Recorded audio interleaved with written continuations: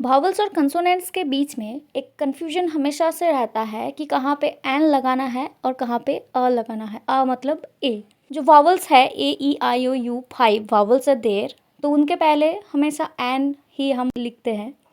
और जो 21 कंसोनेंट्स है उनसे पहले हम अ यूज़ करते हैं, जैसे कि a boy, a cat, a dog, a fish, a zebra. And इधर आप देख सकते हैं कि an apple, an egg, an ice cream, an owl, an umbrella. But जब एक्सेप्शनल एग्जाम्पल्स आता है तब हमें दिक्कत होता है, जैसे कि आवर। शुरू में तो कंसोनेंट है लेकिन हो रहा है N.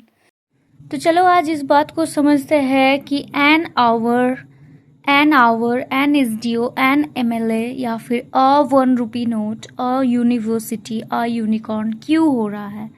There is obviously a reason that ये जो साउंड्स आप देख रहे हैं एच एस एम, ये लेटर तो कंसोनेंट्स है लेकिन जो साउंड है इनका साउंड वॉवल्स का है। जैसे कि आप आवर को देख लो, हम हावर नहीं कह रहे हैं, आवर कह रहे हैं। यहाँ पे एच एक्चुअली साइलेंट है, that is why it is gonna be a vowel sound. In another example, SDO, if you pronunciate S, S कह रहे हैं, that means A साउंड आ रहा है यहाँ पे, या फिर आप कह सकते कि E साउंड से भी आ सकता है, SDO, that is why ये साउंड भी फिर से वावल का हो गया। MLA सिमिलरली A कह रहे हैं हम स्टार्टिंग में, ये भी वावल का साउंड हो गया।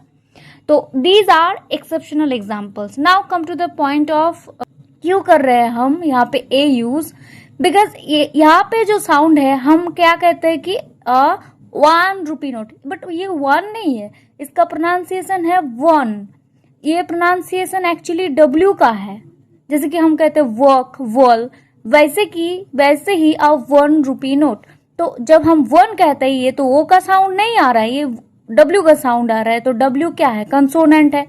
तो जब डब्ल्यू कंसोनेंट हो गया तब तो यहाँ पे कंसोनेंट का ए ही लगेगा।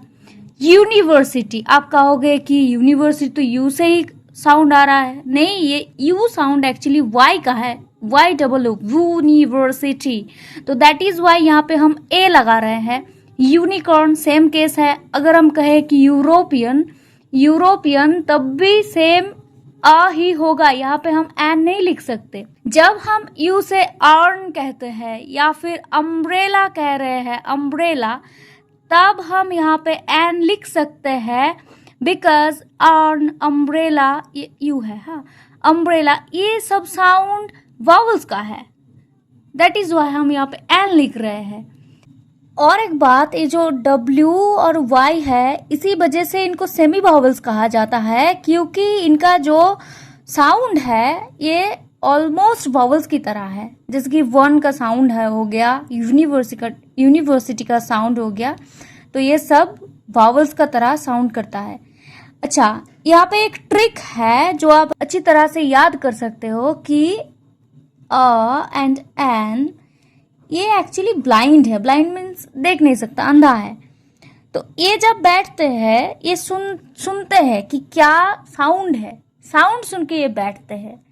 ये आप ट्रिक अगर याद कर लोगे तो कभी भी दिक्कत नहीं होगा। तो आप जब लिख रहे हैं या फिर एग्जाम में कहीं पे भी एक्सेप्शनल एग्जाम्पल्स दिख रहे हैं आपको, तब आप ये रिमाइंड कर लेना कि ए ब्लाइंड है, तब आप भी ब्लाइंड हो जाओ। और साउंड इसको देख के मत करना, बोल के साउंड, आप साउंड सुनो। आवर तो हम क्या बोल रहे हैं, आ बोल रहे हैं, तब आ हो गया, मतलब वावल हो गया, तो एन ही बैठेगा। फिर जब हम इसका तो डिफरेंस हमने बता दिया ऑलरेडी कि इसका साउंड व है और इसका यू है, जो वाई से और डब्ल्यू से आता है। तो जब हम यूनिवर्सिटी कह रहे हैं तो अब तो ई आ इस तरह तो साउंड नहीं हो रहा है, वाई का साउंड आ रहा है, इसीलिए ए बैठेगा। तो इस तरह से हमको सीखना चाहिए ताकि हमें चीज़ें याद रख पाए, हम चीज़ों को और चीज़ों को अच्छी तरह से समझे।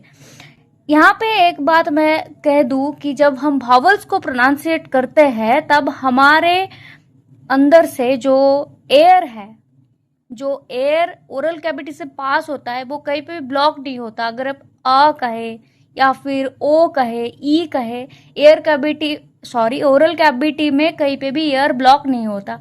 लेकिन हम जब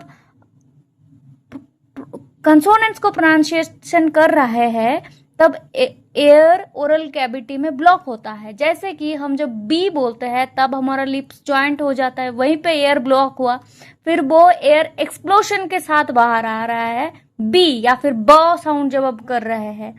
अगर वर्क डब्ल्यू साउंड हम कर रहे हैं जब, तब भी आप देख सकते हैं कि आपका टीथ लोअर लिप पे टच हो रहा है और एयर वहां पे घिस के, जैसे कि एक्सप्लोशन के साथ बाहर आ रहा है वो। या फिर कोई और एग्जाम्पल्स ले ले, सी हम जब कह रहे हैं तब भी जो एयर है वो एयर कहीं ना कहीं पे फ्रिक्शन के साथ बाहर आ रहा है, कंप्लीट इंडिपेंडेंट फ्लो नहीं हो रहा है। और एक बात, जो कंसोनेंट है वो प्रोनाउंसिएशन के टाइम हम दूसरे जो भावल्स है उनका हेल्प लेते हैं। अगर भावल्स का हेल्प आप नहीं लोगे तब कंसोनेंट को आप प्रोनाउंसिएशन नहीं कर पाओगे। हम सी जब बोल रहे हैं तब आखिरी में हम ई प्रोनाउंसिएशन कर रहे हैं, जब हम बी बोल रहे हैं तब भी हम ई प्रोनाउंसिएशन कर रहे हैं। तो इस तरह से हमको कंसोनेंट को प्रोनाउंसिएशन करने के लिए वॉवल्स का हेल्प लेना पड़ता है। जैसे कि ये साउंड हो गया बुक, या फिर हम कहते हैं कि टीचर। कोई भी एग्जाम्पल ले लो आप, अगर यहाँ पे इस ई है और इस ई को ब्लॉक कर दोगे तब इन चार शब्दों का फिर लेटर का कोई भी साउंड बनेगा, नहीं बना सकते आप। यहाँ पे अगर हम ओ का साउंड नहीं लेंगे, ओ अगर हम ब्लॉक कर देंगे तब हम बी और के को कई भी तरह से हम प्रोनाउंसिएशन नहीं कर पाएंगे, क्योंकि इन दोनों का खुद का कुछ प्रोनाउंसिएशन है नहीं अगर हम भावल्स का हेल्प नहीं लेंगे। तो इसीलिए भावल्स खुद ब खुद उच्चारण हो सकता है और कंसोनेंट को उच्चारण करने के टाइम पे हमको वावल्स का हेल्प लेना पड़ता है। सो आज के लिए बस इतना ही। अगर आपको वीडियो अच्छा लगेगा और कुछ समझ में आया है तो प्लीज़ चैनल को लाइक करें, मेरी वीडियो को लाइक करें, चैनल को सब्सक्राइब करें और कमेंट पे ज़रूर बताएं किस चीज़ के ऊपर वीडियो चाहिए। और हाँ, दोस्तों के साथ शेयर करना मत भूलिए, बिकॉज शेयरिंग इज़ केयरिंग।